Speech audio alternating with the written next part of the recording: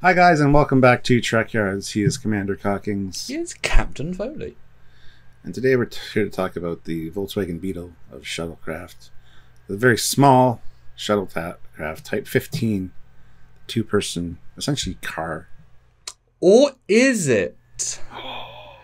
Because I have some theories in this episode, Stuart. But for me, this was a truly wonderful thing to see. How about you? Yeah. Always great to see classic designs. I say classic, it's TNG, but still. At this point, the first shot they did, so it's pretty damn classic. Yeah, I wish they would have, washed it and waxed it before they, showed it to us. But hey, it's Starbase 80. What do you expect? Yeah, I mean, the fact they still use old comm badges, like the three old comm badges. Once we saw that, I'm like, we're going for a ride here. And I recently worked with this ship, as you know, for my fan film Duty Calls, and so I've got a whole new appreciation for it. It actually lights well, and actually, like with you with miniatures, you see it, if it works better. This works better for me now, and it's a really interesting choice because it's obviously very, very simple design. So therefore, you'd think for them to build it, ultra simple too, but it's a fully fleshed out design in itself. So I really commended them. And also in the first shot, they walk in. Exactly what you got to go with. And what a better is there not a better symbol of, oh, they're a bit trash than the worst shuttle pod in the fleet that's old as hell? What a great visual storytelling, because it could have been anything. Yeah, older design for sure, and not very roomy or comfortable. We don't know how far away Starbase 80 is, but if these guys had to travel quite a ways, yeah, I'd want a different shuttle. I'm just saying. And that's the point. But that does obviously bring the question straight in, Stuart. This thing is warp capable. We see it. It warps out. But the TNG-1 is not warp capable. So is it still a Type 15 shuttle pod if it is now fully warp capable? It's a Type 15A because there's more room in it. There is. That's a later picture. But yeah, so this is the official, Type 15A. I think I'm happy to call it that. Which makes sense. I mean, bloody hell. Give all your shuttles warp drive. Are you kidding? But really cool to see. Next shot, though, is a top view. That is not the scale of a Type 15 shuttle pod.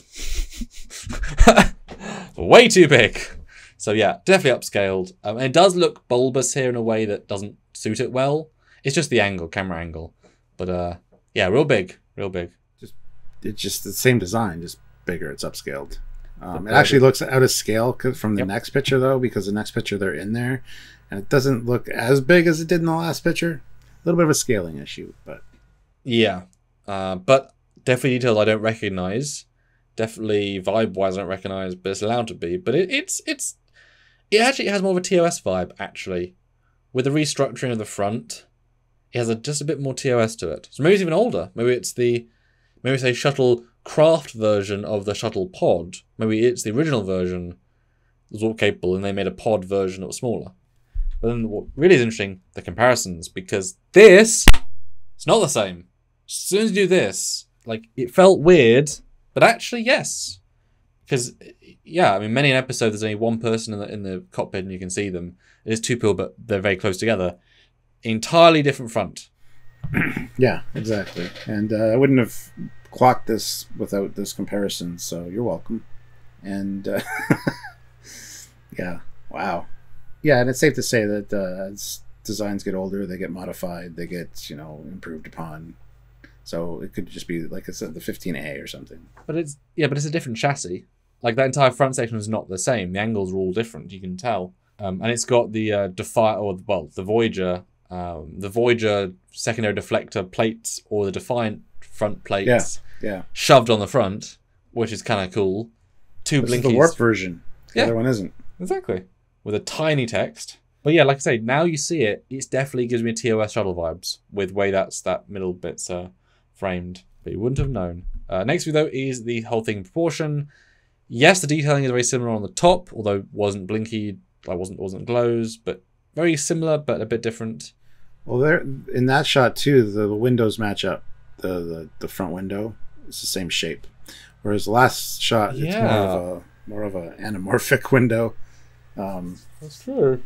So that is very true. Yeah. How do you? They weren't as attention to detail with this thing, which was in a shuttle bay and smaller, as they were with the Breen ship in the same episode, which is sad. Also, I just saw it's a shuttle pike. I never noticed that before.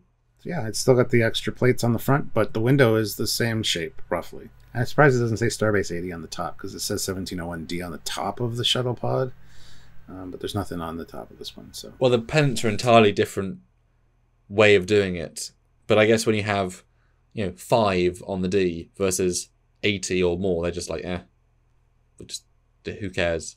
Because the D feels way more adorned with them.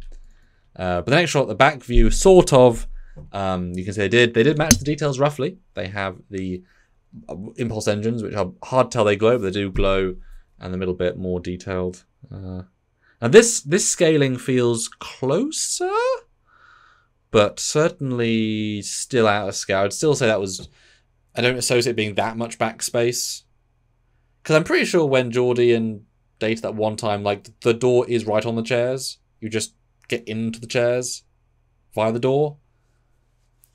But here there's clearly a... Trying to recall. And plus the back panels are a lot closer to them. It's almost like at the back of the seat. Yes. And there's the one where Data goes down and destroys the aqueduct, that episode. There's actually like panels at the back. Yeah. It does change. There is... Yeah. It's like when Data gets killed, the entire back is now a boot. Despite being zero space for a boot. But they have to make it a boot.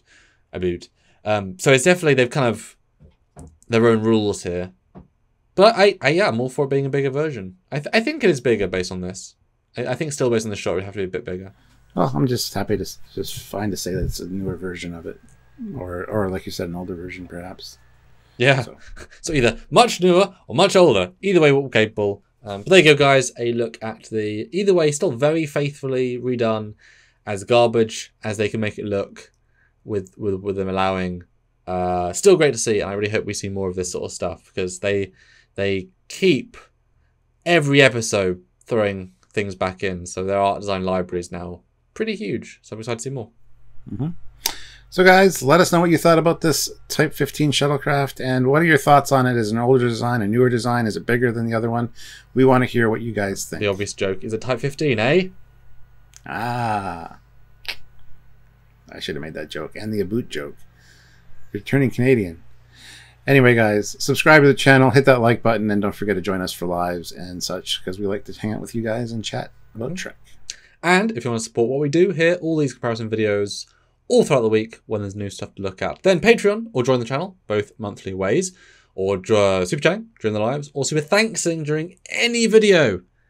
If you want to go back and binge our Discovery reviews, hey, go give us a super thanks. It mounts up, makes a difference. Or if you want to buy a shirt, then use a link in the comments and the description down below. Thanks in advance.